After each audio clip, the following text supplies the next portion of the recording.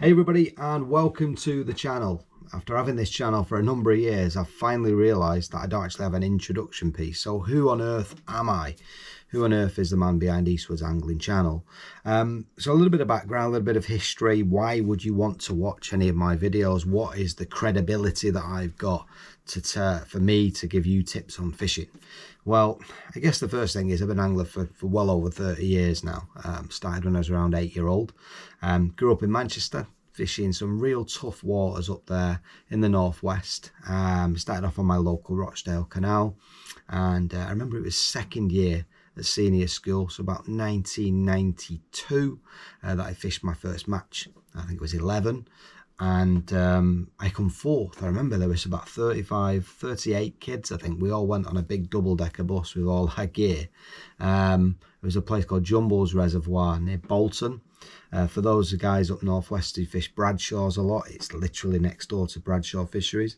I remember £4 something or other of little skimmers, and that was it. I got the bug then for match fishing. So to sort of widen my horizons, I joined a much bigger club called Middleton Angling Society, and I learned a lot fishing with those guys. Places like Stake Hill, Rhodes Lodges, a number of waters that they had in sort of North Manchester. I was also a member of a local club where we'd go to places like the River Trent and matches further afield. They were called the Pelican. So yeah, great memories as a kid, learning to fish and then getting into match fishing as a junior. I guess since that point there was a bit of a hiatus. Obviously you start work, you start understanding what things are for, nightlife and the opposite sex, etc. So yeah, nightlife and the old my youth took over, I guess, and I decided to move abroad and lived in Spain and Greece for a number of years. So fishing took a bit of a backseat in my 20s, but I still kept my eye in. Still went fishing whenever I could, whether it be on a boat at sea or whether it may be a bit of carp fishing in Spain as well. Whip fishing off the rocks for mullet and little sea bream, things like that. But of course, it wasn't match fishing, and things rapidly changed in those sort of several years that I worked overseas. So when I arrived back to the UK, around sort of 15 years ago now, match fishing had changed dramatically. From those tough waters in the north, fishing for roach, skimmers, perch on canals, bonus tension, bream, with the odd carp maybe.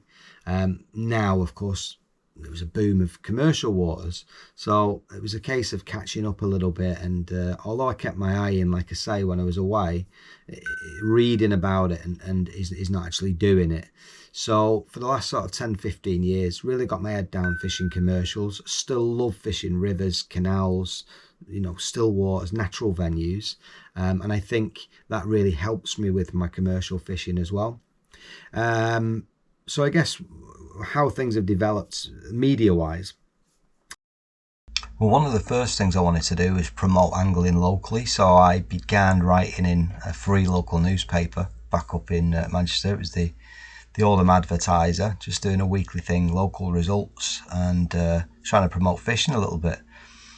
That was then replicated when I moved down here. Got in touch with a few local sort of media outlets and wound up doing the Sleaford Standard, which then was taken over by Lincolnshire World. Unfortunately, fishing fell lower on the priority when after COVID. I suppose really lockdown was a big start for me, because I'd moved from Manchester to Lincolnshire, where I am now, been here 4 years, and it was an idea really where if I couldn't go fishing, the next best thing was to talk about fishing. So it was my wife that said at the time, why don't you do a podcast? They were all the rage in various sort of genres, and there was only one or two fishing podcasts around, and Keith Arthur had the main one. And I got in touch with Keith. I know Keith really well, and the reason why I know Keith really well is because when I was 15, I won a competition on tight lines, if you remember that. I was on Sky Sports to have a day out with Keith, and I've stayed in touch with him ever since. So that was nigh on 30 years ago. So I got in touch with Keith. His podcast was doing quite well, and a bit of an idea. I wanted mine to be a bit more match fishing focused, and I started with Keith as my special guest, and it grew from then onwards. You know, I've interviewed some real top quality match anglers, 4 former world champions, Fisher Mania champions, Riverfest champions, and it was brilliant. The problem was, what I found, and why I don't do that anymore, not to say that I won't do any in the future, is that there's a lot of them around now. You know, I had a little hiatus where I thought some of my technology changed, and it meant that I couldn't interview people that weren't tech savvy. Those that wanted to just talk over the phone, I couldn't record that conversation. So while I was looking for an alternative, all of a sudden there are thousands of podcasts out there, and what that means is the pool of people you want to interview has become smaller, and that they're getting the same questions asked numerous times. So it feels a little bit saturated. It feels like the concepts that I came up with has been sort of replicated a little bit. So I've sort of stepped away from that.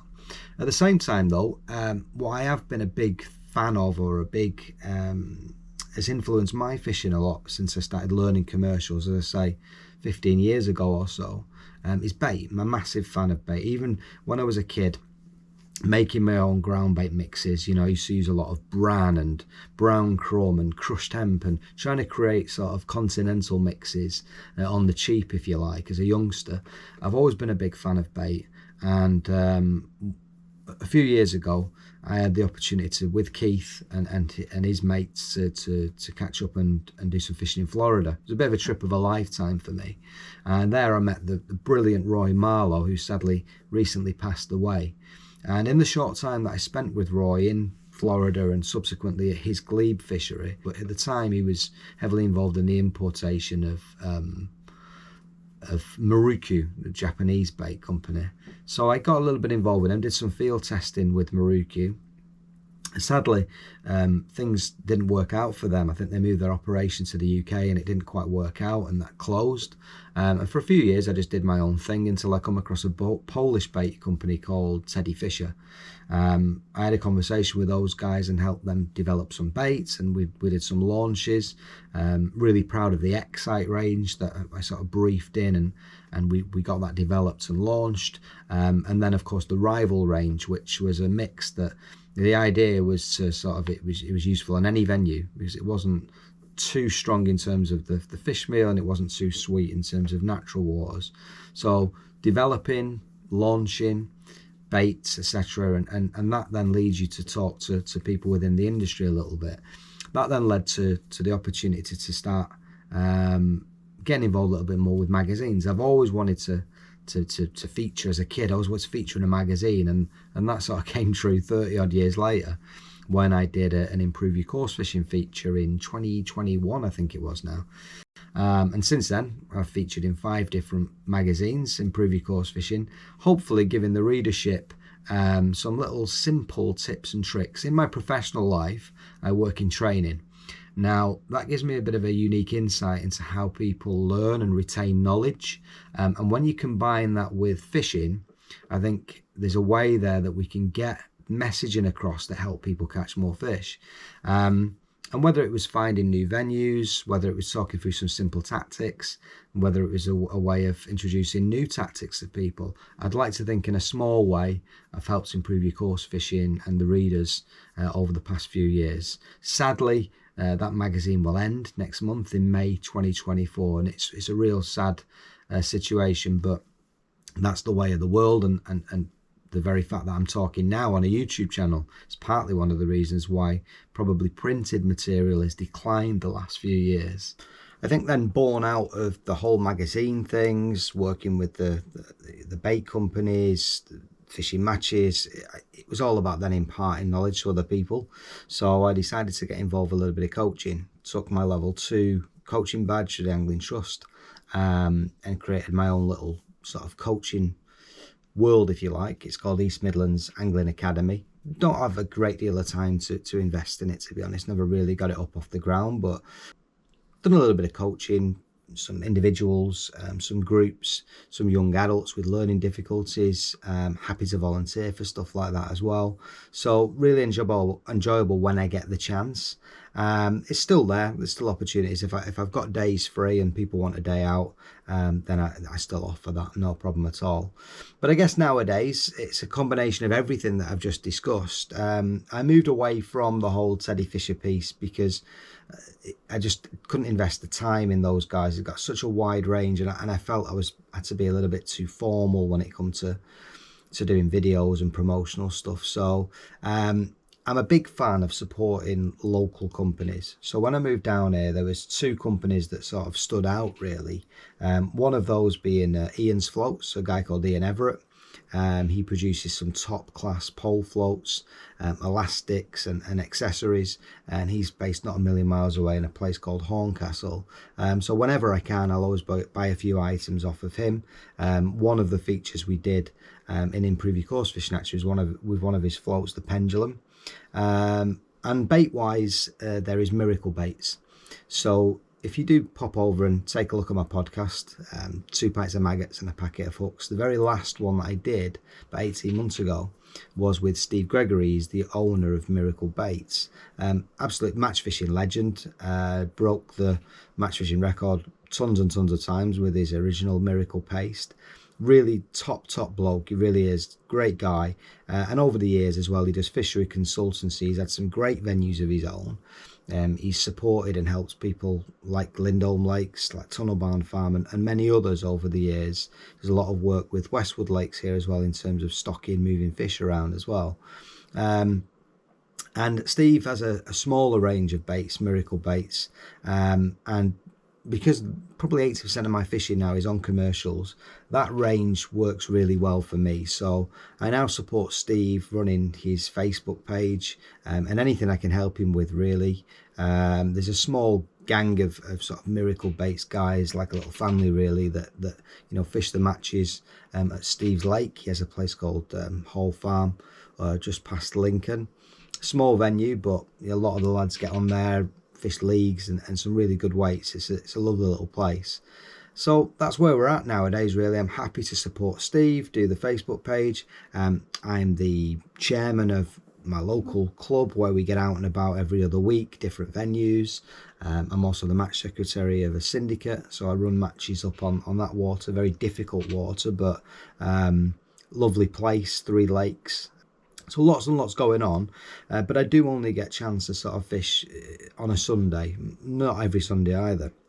So if I want to go and compete on open matches, the problem that I've got only fishing on a Sunday is that there's only really Westwood Lakes and a place called Eastfield Farm that has Sunday opens. And I don't want to fish 1 or 2 venues week in, week out. I like to get out and about. And to compete with those locals that do regularly fish the same venue is very, very difficult. I do believe that on my day, given the right peg, the right conditions, with a bit of luck, I can beat anyone. As a lot of people can. They can all catch fish. It's just who does it better than everyone else. But I'm happy at the level I'm at. I might invest a little bit more time on the rivers in the future and natural venues. Did that the other year. It was great. Managed to fish places like the River Soar that I'd never even seen before. So, I enjoy going on the Trent in the summertime as well. So, mixture.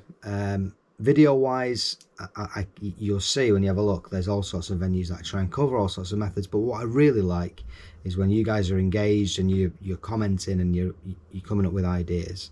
A few things are a lot more relaxed on camera now. I'm not the best videographer going. I know I need more cutaways, I need more angles, etc. But it's timely, especially fishing a live match. You're up and down like a fiddler's elbow, changing batteries and things, and it affects your performance. You really need someone there filming you, not doing it yourself. But I enjoy it, and it's we're not too serious, are we? So hopefully you enjoy it too. I'd love to get to 1,000 subscribers. That's my sort of target right now. So if you know any friends that would enjoy the channel, do let them know, get them to subscribe. And hopefully this introduction is giving you a bit of an idea of what I'm all about. I'm not just some sort of Joe Blogs that decided to start a channel and just waffles any old piffle. I'm not bad at catching fish, and if I can help one of you get an extra bite or an extra fish on the bank, then job done from my perspective. So hopefully you like the channel. Any suggestions, any questions, do drop me a note. I've got a Facebook page as well, Eastwood Angling. Keep an eye out for my podcast. I'm sure I'll do something with it in the future as well. In the meantime, tight lines.